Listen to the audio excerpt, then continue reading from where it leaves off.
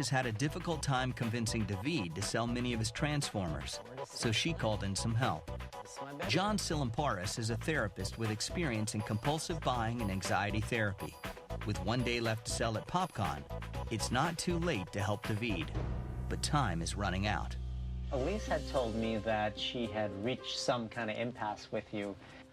Well, she wants me to sell a bit more items than I feel comfortable with selling right now. I was pretty sick as a kid, so it meant a lot to me to have these toys. They really inspired me when I was not feeling well. And one year, I remember just having to stay home from school the whole year. An entire year?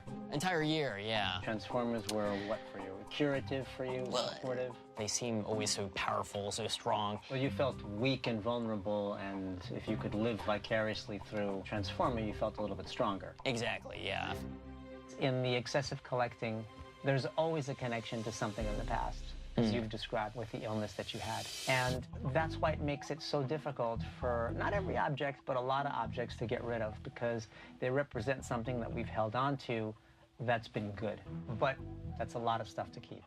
It is. So, David, do you think that there's a possibility where you can separate inventory that might be inventory to sell and stuff that's labeled as collection that you want to keep because the collection makes you feel good?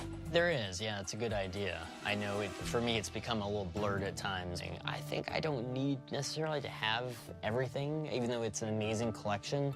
I think I probably could take a couple pieces out and just be like, okay, that's all right. Let those go to a good home. If it's someone else that will value it as much as I have valued it, then I think it's going to a good home and I can let it go.